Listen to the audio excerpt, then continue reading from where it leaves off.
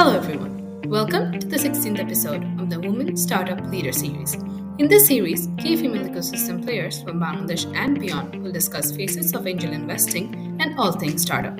In this episode, we have Deepali Nangia as speaker, Aryana Khan and Mehreen Uzma, analysts at BAN as co-moderators.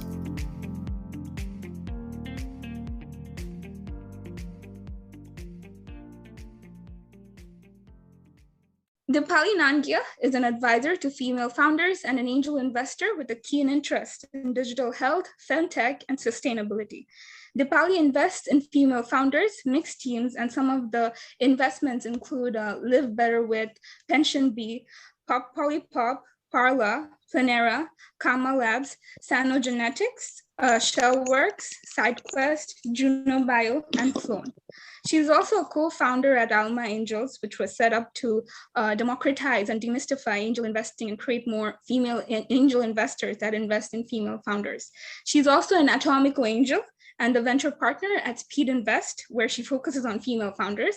Deepali is the UK Business Angels Association's Angel Investor of the Year as well.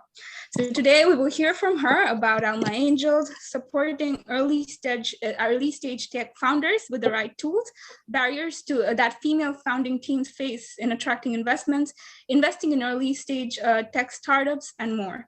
Welcome to BAN, Deepali. Thank you for having me. Not sure there are many women in the room, but it would be great in any case to talk about my investment thesis. So thank you for having me.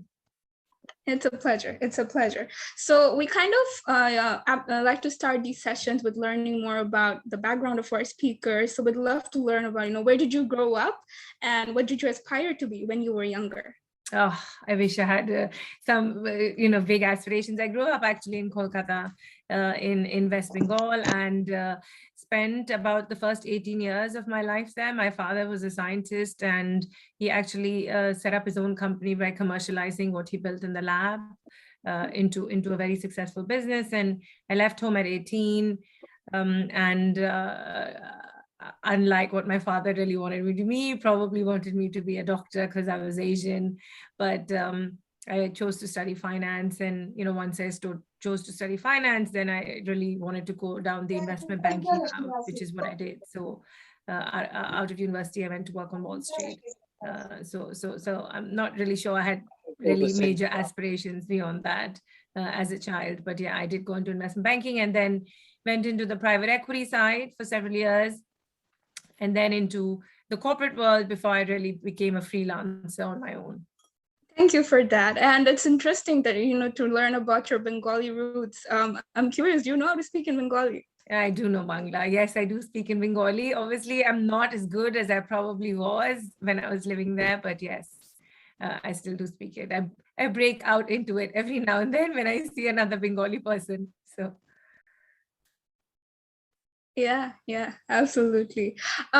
So diving deeper into, your background, how did you get involved in the VC industry and angel investing?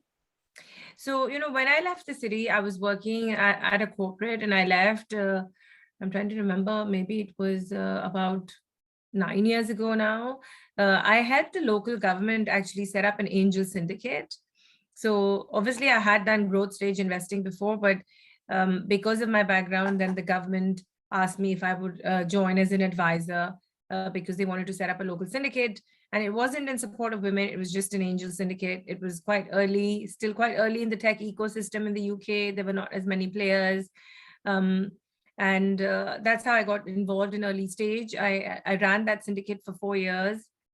And that's when I started promoting more female founders and also trying to encourage more women to become angel investors. Obviously not at the same scale as now because Alma is growing really rapidly.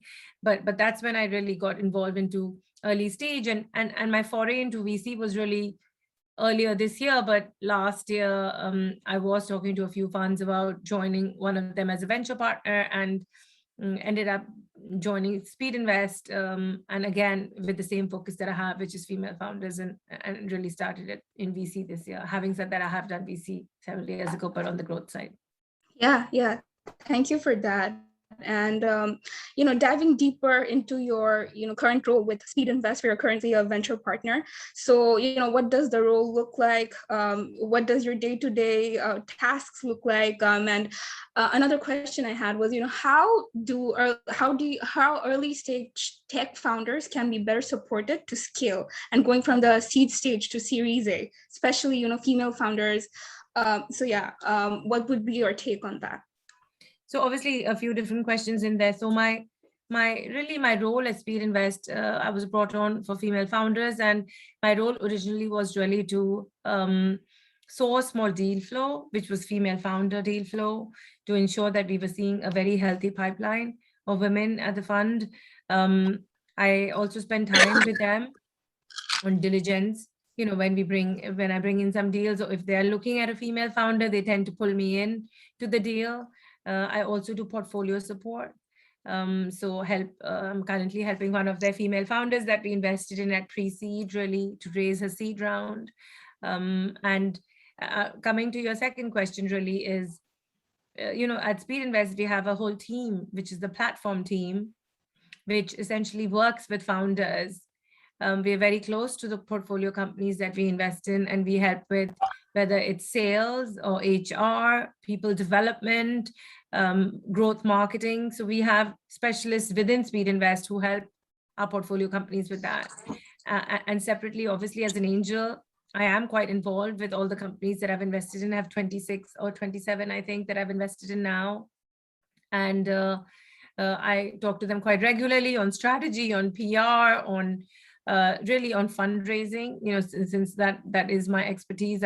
Every time they are raising a new round, then I do open up my Rolodex for them to make sure that they're supported, and also look at the pitch deck to make sure it's telling the story right. Sometimes I do practice pitches, etc. Yeah, absolutely. And what I found really interesting was so Speedinvest actually has a separate platform. It's called Platform Plus, which provides support to your portfolio companies. So we'd love to learn more about what are the elements of it, and how do you sort of use it to provide support to your portfolio company. That's exactly what I was talking about right before this question that you just asked me. We have a whole team called the Platform Plus team, and we help support in things from obviously sales. We try and help companies get into, if it's a B2B sale, we help with growth marketing, so digital product market fit, and we help with people development, recruiting, and then we also are trying to build a community of our founders so they can interact with each other and learn from each other. So yeah, our platform team is, I think, almost as large as our investment team, and so we're definitely in a place and time where capital is a commodity. We are definitely a value add investor, because our Platform Plus team is almost as large as our investment team. So very, very involved in our companies that we invest in. And obviously we as investment professionals, when they are fundraising, also help support them. So like I said, I'm working with another partner in supporting one of our portfolio companies currently. It's a female founder. She's raising her seed round and helping support that. Got it. So making a bit of a shift right now, you're also an Atomical Angel. We were a part of the second cohort of the Atomical Angel program, I believe. Correct me if I'm wrong. So yeah, I would love to learn more about the program. What does it look like? How do you get involved with it? Yeah, so it's a European program, actually. So I'm not sure whether they have an Asian element to it. At least at the current time, they don't. But I was a part of the second cohort, and I'm also a part of the Atomico alumni program. So last year I was invited to be a part of the second cohort. They essentially invited, I think it was 14 or 15 people to join the program, and they give you about $100,000 of capital to invest with the carried interest into the program. So I was a part of that. And then earlier this year, they set up an alumni program, and I was invited back for the next 2 years, and they gave me another $200,000 of capital to invest over the next 2 years. And essentially, there's some criteria. They're like minimum checks. You have to do at least 2 deals. I've done several more, but you have to do a minimum of 2.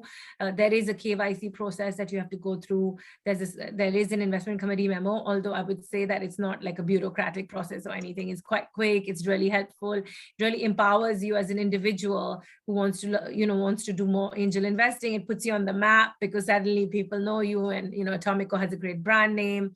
And to be honest, it's a very diverse program. So you have operators, you have community leaders, you have a sports, an athlete this time as well into the program. So it's and lots of women and people of color. So it's a very diverse program. I don't think it's outside of Europe, so I'm not really sure how it would apply to Bangladesh, but currently it's a European program that it's an invite only program, so you can't really apply to it. Got it. And you have, I believe you've also, invested in a couple of companies through the Atomico Angel program as well. So what did your, investment thesis look like? Like what stage were those companies as well in? Like, were they in seed stage, pre-seed stage? We'd love to learn more about that as well. So with Atomico, given Atomico is a Series A investor, you're only allowed to do pre-Series A deals as a part of the angel program. So you're not allowed to do,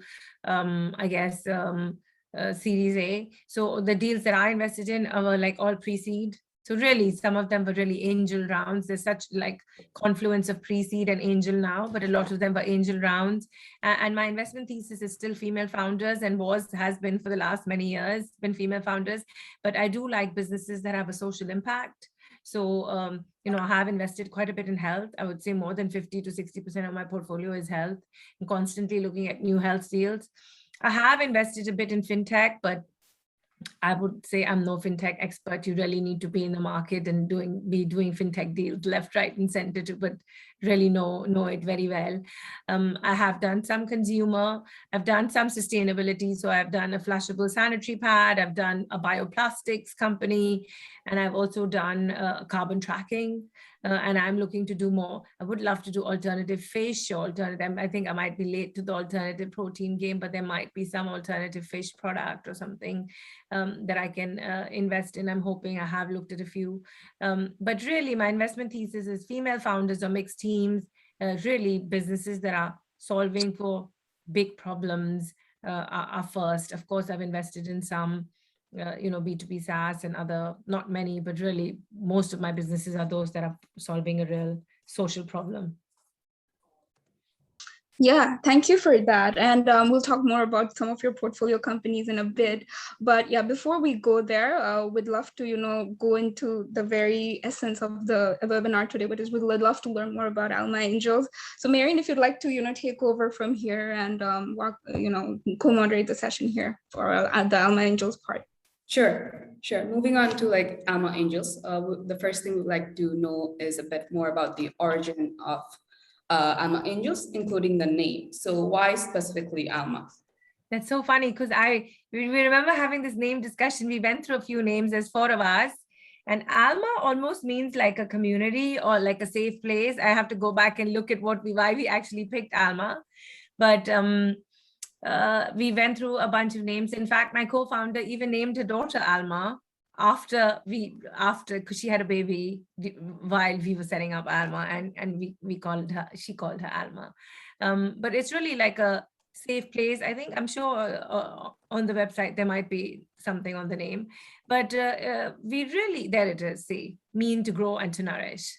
That's why we picked it. But really the aim here was to build a community of female angel investors, because we felt that we've kept running into the same names of women.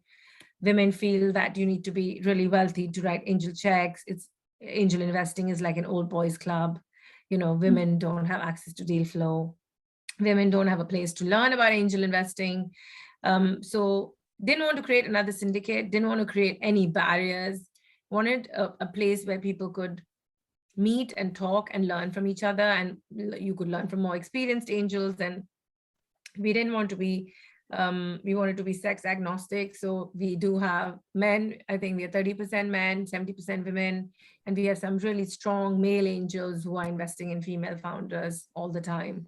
And we are about 230 odd members currently, and we have invested around $3.5 to $4 million in the last 18 months into female founders or mixed teams. But it really is, it's a free community. There's no fee to join. I will say that it's an annual membership based on investment and engagement. So we do monitor how much you're investing and how you're engaging with the community in terms of sharing deals or being a part of the educational content, or many Almas set up events themselves and meet up with each other. And essentially, we don't want to kick you out, but we are monitoring those things to ensure that we are attracting the right people. Also, because we're a free community, we want to make sure that we're investing before anything else, that the members are investing. That's very interesting to hear. So drawing from what you just said, so like there are quite a few angel networks that focus solely on women entrepreneurs. So yours focuses both on male and female investors. So we'd love to know more about the reason behind having both male and female investors as opposed to just having a female-centric network. Yeah, because we feel that we truly feel that you can't alienate 50% of the population and expect change, right? Because men also have like a very large part of the purse strings. They control a lot of the capital in the economy. So the whole point is to get men on your side so you can invest more capital. So it's definitely not to be alienating to anybody, sex or color. It really is supposed to be inclusive and definitely include male investors in it for that reason. Great. So what would you say are some key gaps when it comes to angel investing that you saw when you first started? I mean, obviously not enough women. You keep seeing the same men. In fact, there's and deals getting done.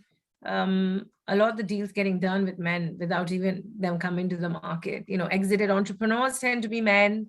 They want to raise their next round. They'll call the guys who invested in them in their first round or their first, before they had their first exit. They tend to be men because men are the ones who invested in them. 99% at that point of, the VC community was male, So you see recycling of capital happening between the same people. And women also are not risk averse by any means, but then need to be educated on a different asset class, right? So those were some of the gaps we saw, including not enough, and female founders on the other side, not having access to networks, finding it hard to access angel investors because it's such a male-dominated industry. Sure. So wanted to break down some of that cold and warm intro, although a warm intro always helps, even at Alma, we say that, people who are Alma members have Alma on their LinkedIn, so reach out to them before they, it's great to reach out to them and have a conversation with them before you reach out to the network. But wanted to break down some of that warm intro requirement. So, we were trying to solve for some of those problems. So since you just mentioned, so since you mentioned about the membership, if you could elaborate a bit about the process of becoming a member. We know it is invite only. So how does it specifically work? How do you reach out or choose? And then what are the specific requirements of investors each year and the benefits that they get from the membership? So the invite is not invite only. We do have a lot of inbound.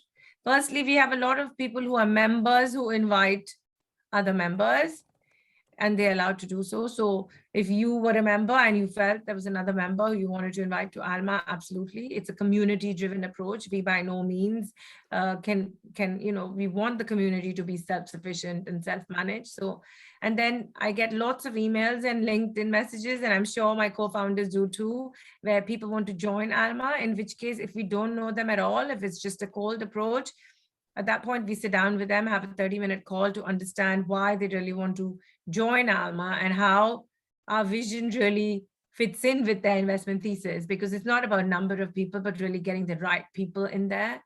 And then we do tell them that it's an annual membership based on how much you invest, how much you engage with the community. So we're pretty upfront about that. So drawing from that, what does the business model of the network actually look like? Since you did mention that it's a free membership and there are no user fees. Yeah. We have no business model as of now. because we always wanted to create a free community. It was not something we wanted to make money from. We really wanted to break down some of the barriers that female founders face and also educate more female investors. All four of us are working full-time, all four co-founders, and this is something we do for the benefit of the female founder community on the side.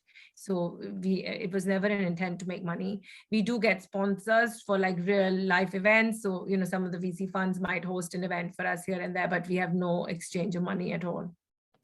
Interesting. That's really interesting. So going on to tech. So what does your own tech stack kind of look like? Is it a Slack or Airtable? So if you can elaborate about that. So we started as a WhatsApp community and it was super engaged right from the start, and it grew really quickly during the pandemic.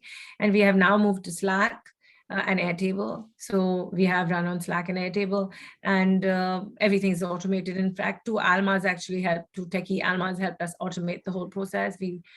Even our website was done pro bono by someone. But we have forms for everything. We have forms to share a deal. We have forms to share a member, and everything comes in. One of us mans the inbox every week and approves deals and approves members. And we have Slack channels for different sectors. So we have health and fintech and sustainability, etc. And we have different people in the community who join those channels depending on their interest levels in those industries. Mm-hmm. Sounds good. So, I'd kind of deeper dive into how you engage with the company. So how many deals would you say you look at every year, or the deal sourcing part, how you do it, the screening process, or getting to the investment, and how the decisions are made about how much to invest or all that? Yeah. At Alma or personally?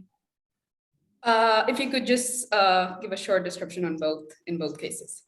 Okay, so at Alma, it's really, it's a free community. We don't manage any of the deal source. We don't manage the deal sourcing. But if I meet a company, I would definitely tell them about Alma if they were fundraising, and so to all the other Almas.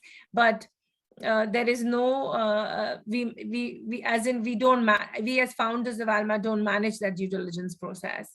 It's really up to the community. So if I see a deal coming through on Slack that I'm interested in, I can feel free to reach out to them. It's a very adult way of managing the whole thing, and invite, I can also put on the Slack channel, I'm having a founder call. Would anybody be interested in joining? And usually other Almas join and they do a joint due diligence.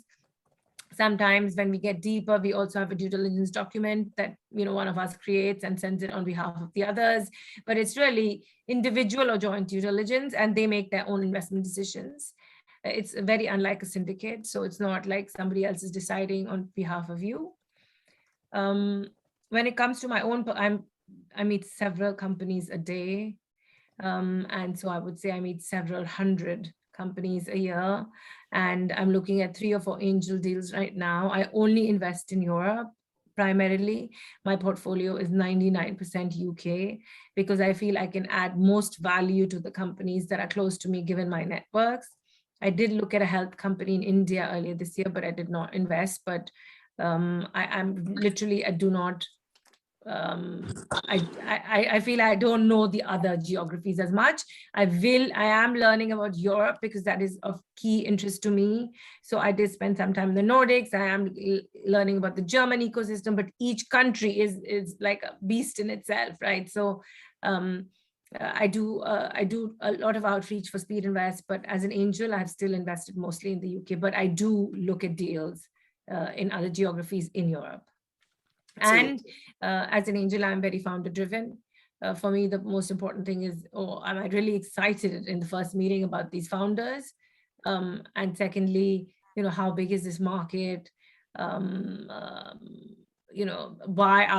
are these guys the right people to build this business? Are they the best people in the world to build this business?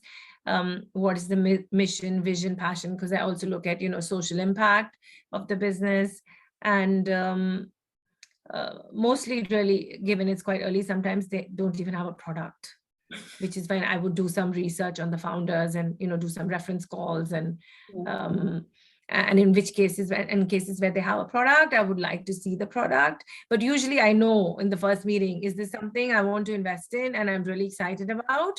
Or is this something that I don't want to invest in? The problem area comes from like companies in the middle where you're like, oh, I don't know whether I should invest or not invest, or should I spend some more time learning about this? And the more you sleep on it, I guess you realize that you're not that excited about it. Absolutely, absolutely. So at Alma, so how do you share, what do you share with investors, and how much do you share with investors about the company you're investing in or looking at? So again, it's the founders actually share their deals. We don't share anything. The founders have a Slack form that they fill out. They share their pitch deck. They share blurbs about, their LinkedIn. They share, it's a type form. So, and of course, we want to track gender and ethnicity and etc. And so we do ask for that data, but it's what you would normally see that you need for a founder due diligence for a first meeting, not like a full-blown data room. Yeah, absolutely. Ariana, do you want to continue about a deeper dive on the companies from here? Yeah, sure. Thank you for that, Marian. Thank you so much. Yeah. So for, Deepali, in terms of your personal, portfolio as well, what are some reasons that you, say no to a founder? What do you mean when you say it's not a fit? Usually it's really in the first meeting, I kind of know whether how I feel about the meeting from the way the pitch went, right? So either I can relate to the problem, or I'm really excited about what they're trying to build. So when I last year met the founder of Shellworks, and she was building a bioplastics business, she reached out to me cold on LinkedIn. Through LinkedIn, she sent me an email. She had done some research on me. She said, I'd love to talk to you.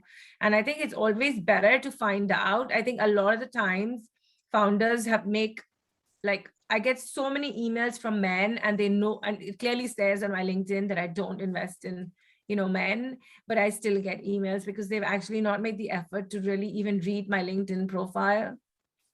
I get so many, and it clearly says I'm interested in these types of businesses, but there's very little that the founder actually does on due diligencing the angel. And I feel you can really increase your odds of getting an investment if you get into the head of the angel investor, and it takes only a few seconds to learn a little bit more about them, right? I get lots of deals that I have no interest in.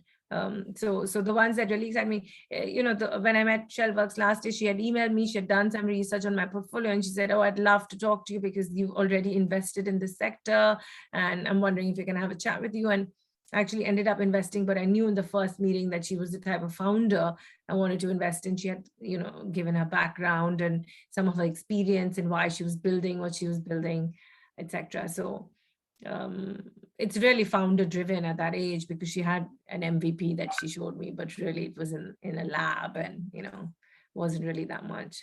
Yeah, got it. I think that's also a very important learning for most of our, angels in the room, as well as aspiring angels. So, going back to Alma Angels, what are, when you structure these investments, what are, within your member pool, what are the preferred instruments for the investment? What do the terms look like? The valuation ranges, are the valuation ranges, based on, say, the run rates or the stage that the company is in? So would love to learn more about that. Yeah, so usually, as an angel, unless you're a big ticket writer, you're a price taker and you're an instrument taker. So you are basically, unless you're writing 100,000, 200, 300,000 pounds, which I'm not, you're really accepting the valuation that the company is offering, right? Or the lead angel is offering. So, and that holds for other investment syndicates as well. At pre-seed, mostly you're looking at, a lot of times you're looking at equity, but sometimes you're looking at a convert when the business is really does not want to dilute at that point, because it's really that early that you don't want to take capital, and you can't really put a price on it. So, but really it's a founder driven market now, and founders choose what instruments they want, and as an angel you kind of go along with them. In terms of prices are really high right now, valuations are really high, but again, what are you willing to pay for a piece of art? That's what the price is. It's not again, like I said, unless you're a fund or a large angel, you're really not negotiating on those things. You're following on. Got it. And then, following up from that, when these investments are taking place, do you also look for, co-investors from, when your members are also investing from Alma Angels? Do you look for co-investors? Is that something that's part of your role within the investment process?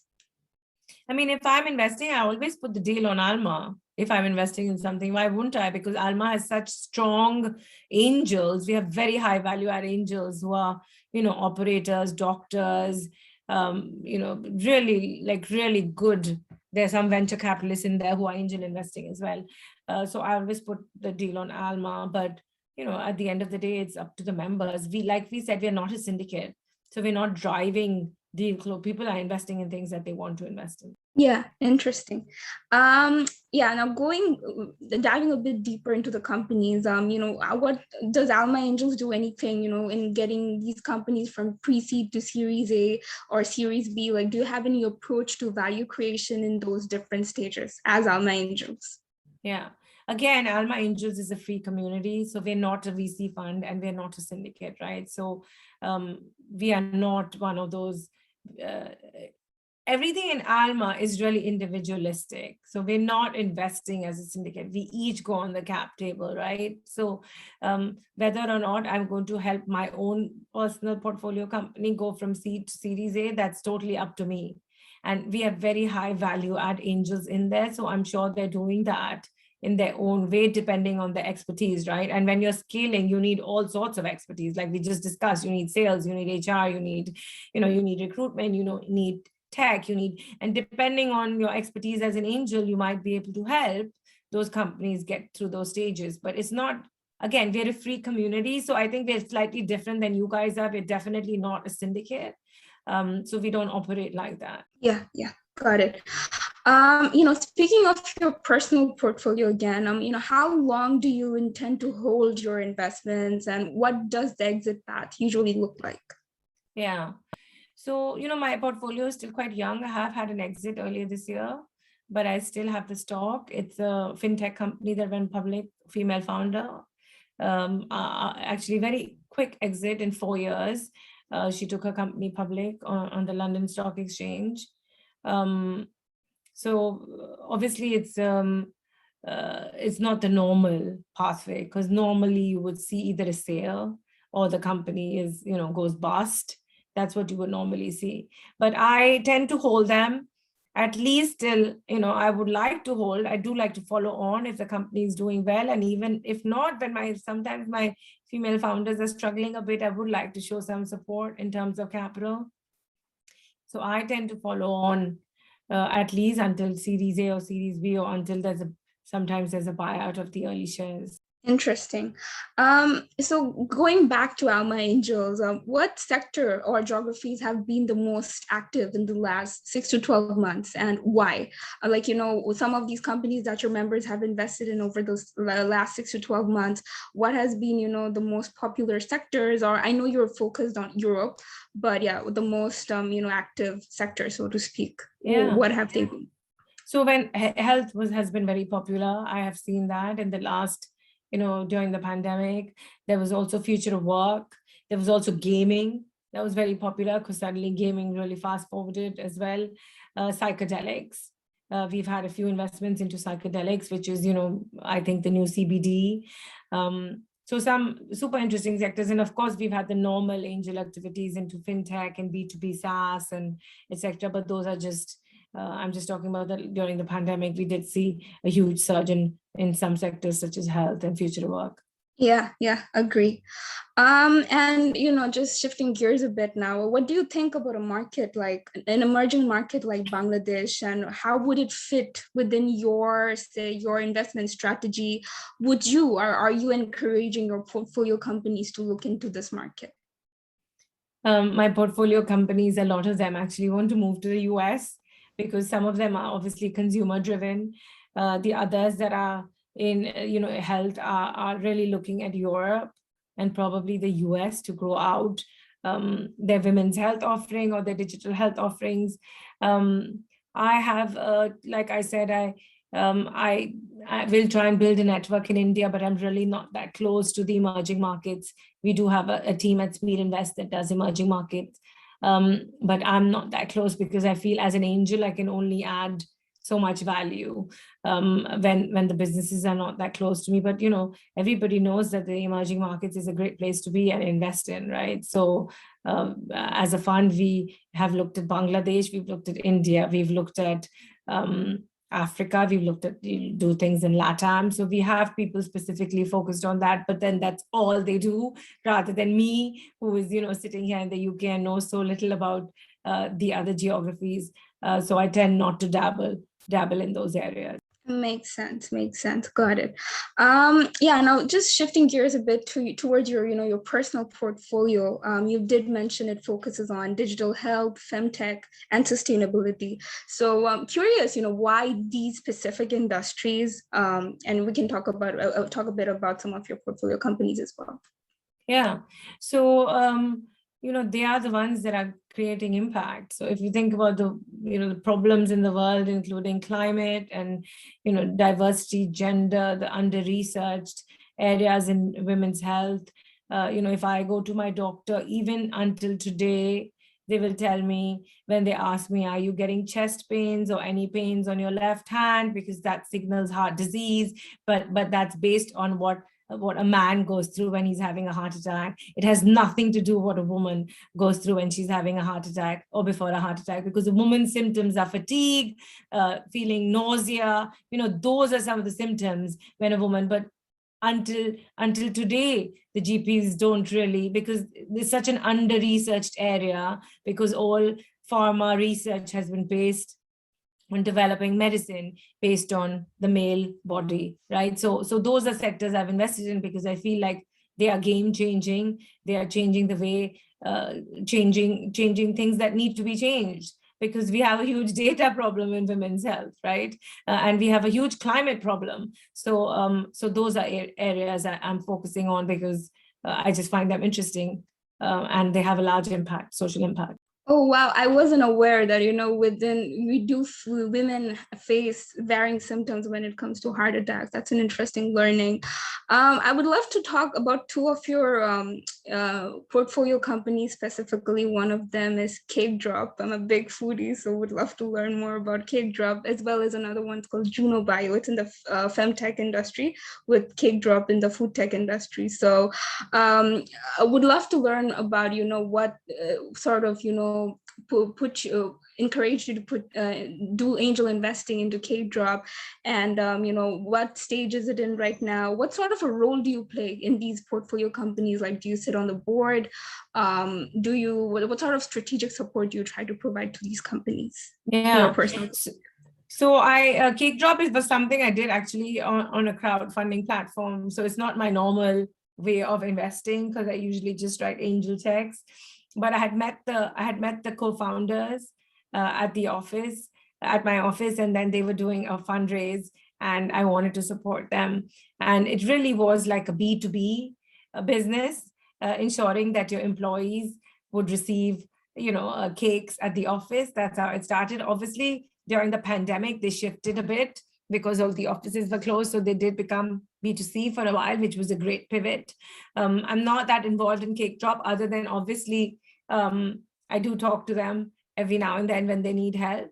But most businesses, I have another food tech company called yhangry that I've invested in, bringing private chefs to your home. But I just spoke to them a few weeks ago. They needed some help, so I had lunch with one of the founders. I am on the boards of some companies and on the advisory boards of some companies. So I am on the board of a company called BioCare, which is a menopause business for women, and advisory board of Parla. So quite involved with them. It's a fertility business. And JunoBio, I invested because they're solving the huge data problem with the vaginal microbiome, because it's so not really understood in women's health. Yep. Thank you for that. It's great learning about some of your portfolio companies as well. Now, would like to shift toward, your, like I said, what specific barriers prevent more women-led startups from being funded from your personal experience and, from your observation? What sort of support do they need? I mean, obviously, on the other side of the table, a very big chunk of the investment committee is in community, at least in our part of the world, is white male. So it is hard when you're pitching a business idea to someone who is not of the same, doesn't either quite understand the problem you're trying to solve for, or doesn't believe in you, doesn't believe that you can have a family as well as a career and build something really successfully. So a large part is, that the men on the other side of the table. Having said that, we are all trying to change that, which is what I'm working towards. And, Speedinvest brought me in, and I would say that it's probably the first fund in Europe to bring in a venture partner with a focus on female founders. Right?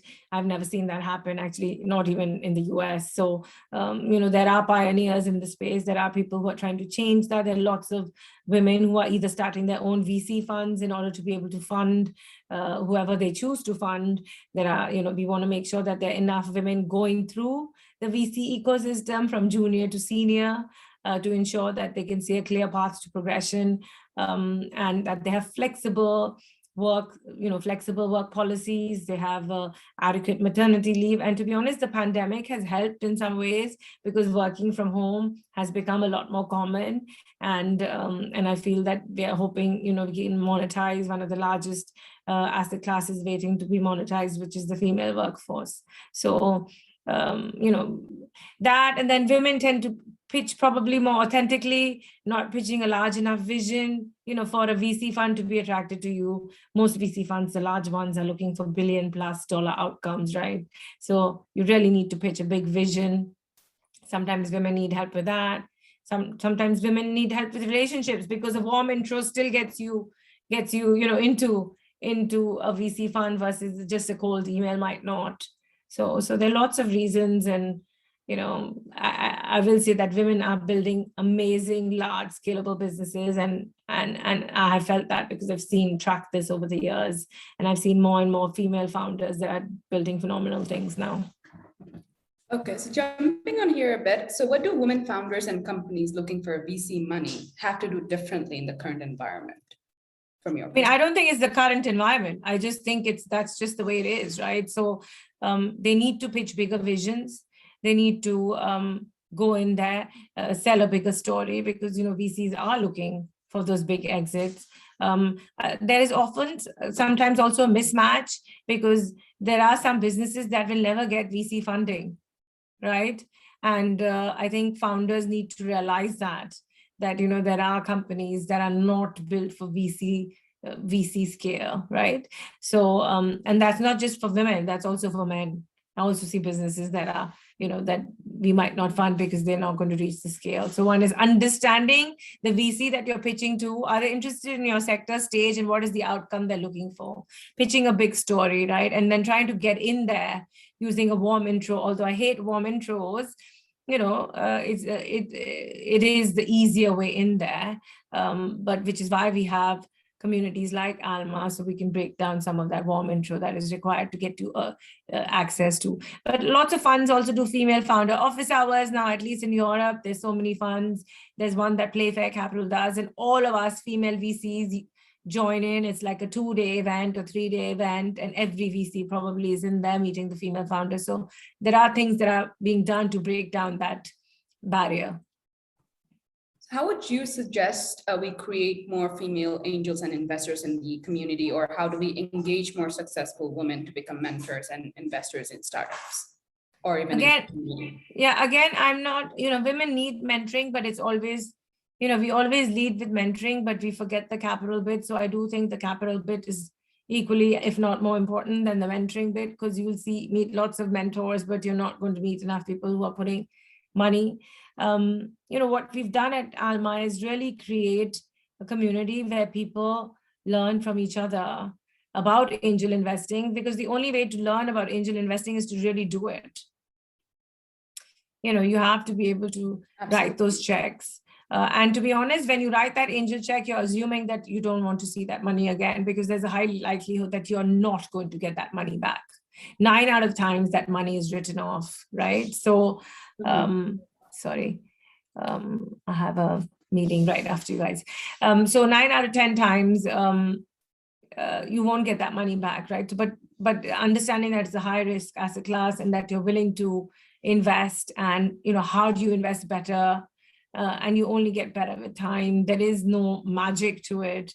The more teams you meet, the better you get at kind of evaluating teams. The more you focus on a certain sector, the easier it is for you to do better deals in that sector, you would hope, just with experience.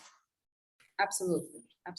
We did say that we don't have a minimum check size at Alma, right? The check size is whatever the founder is willing to take. So if you're I have founders who reach out to me and say, I'm happy to take any check size. It doesn't matter because I want you involved in my business, right? And you're seeing that because capital has now become a commodity and you want people who can add value to your business, right? And we facilitated that at Alma. We're not a syndicate, but we have used a power of attorney structure, which costs £300 really, where a bunch of angels who can come in, put in 2,000, 1,000, 5,000 and create a syndicate for themselves. We have no nominee structure, but we've still managed to do that for exactly that reason, because the retail investor is not stupid and they are very value add. If you get the right people in and they want to invest. I have just one last question, Deepali, if you will. So would you have any advice to young women who aspire to get into this space, become angels or, into the VC industry, become tech entrepreneurs? What advice, that you have used for yourself that sort of worked for you? Just this last question. I mean, those are all 3 different areas to get into. So I'm not really sure if I can advise on tech entrepreneur, but really, I think to be an angel investor, you need to have capital, right? You need to have a large diversified portfolio. You're not going to say, I'm going to write one angel ticket and then I'm going to be done, right? Because the odds are that you're not going to get that money back. So I think you need to either have access to that capital or be of a certain age where you can part with that capital. So that's the first thing to remember. And when it comes to, I have always been very relationship driven in everything that I've always done. And I think that, building a network, which is really of value to other people and be able to help other people. I always have this let me help you. How can I help you first approach to relationship building? And I think that does help, because a lot of the times I can't write that check, but I can always spend 30 minutes talking to somebody and at least trying to help them out by connecting them to other people or advising them on how they should be looking at something or a problem differently or fundraising differently, etc. So I think building a network of people who you really know, like building genuine relationships, because that is really beneficial whether it comes to angel investing or VC investing, because I think at the end of the day, it is a very people-driven business. You're investing in people, you're investing with people. So having those relationships really helps. And again, I did it from scratch because I was an immigrant into the US and had never lived in the UK. So I have built those relationships from ground up. Got it. Yeah, absolutely. Love that advice. If we do not have any further questions, we can wrap it up for today. Thank you so much, Deepali, for spending your Friday afternoon with us today. And, we loved, learning from you, some great insights that you shared. Let's stay in touch and look forward to having you on further sessions as well as we spin out the women's chapter of BAN, which is excellent. Thank you. Thank you for having me, everyone, and have a good weekend. Thank you so much, Deepali, for your time. Thank you, Mary. Okay.